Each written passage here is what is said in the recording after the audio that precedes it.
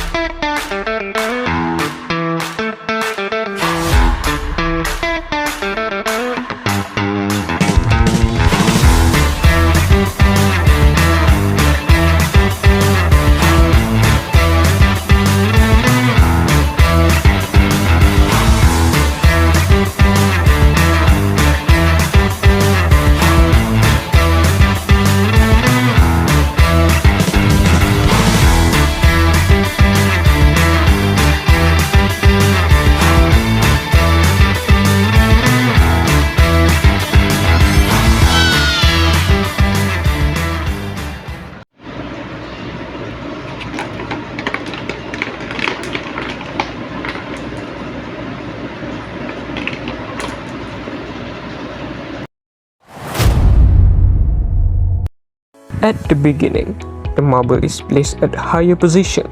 At this point, it has gravitational potential energy because of its height. We can describe this using the equation PE equal to mgh, where m is the mass of the marble, g is gravitational acceleration, and h is the height of the surface. When I release the marble, gravity does work on the marble and pull it downward. As the marble moves down the track, its gravitational potential energy is converted into kinetic energy, which is the energy of motion. The kinetic energy can be described by Ke equal to 1 over 2 mv square. This means that as the marble gains speed, its kinetic energy increases.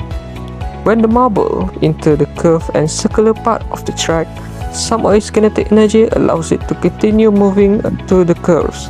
However, not all the energy is converted perfectly. Some energy is transferred to the surroundings because of the friction between the marble and the track. This causes the marble to gradually lose some of its mechanical energy. Overall, my marble run demonstrates the transformation of the gravitational potential energy into kinetic energy, while work done by gravity and friction affects the marble's motion. So that's all from me. Thank you so much for watching guys.